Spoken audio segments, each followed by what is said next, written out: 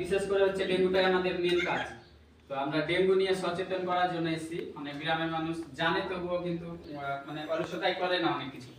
আমাদের চারিপাশে হচ্ছে জঙ্গলগুলো যদি না রাখি, কেটে দিই যদি, তাহলে মশাগুলো থাকবে না। মশা জন্ম নিচ্ছে কোথা থেকে?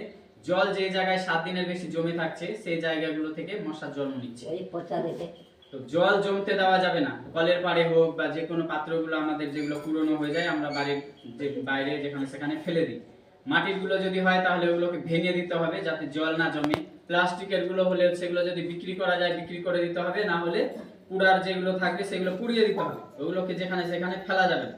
আর বিশেষ করে এখন যেহেতু সামনে বর্ষাকাল আসবে, বাড়ির চারিপাশে জঙ্গলগুলো কেটে দিতে হবে, তাহলে মশার জন্ম নিবে না।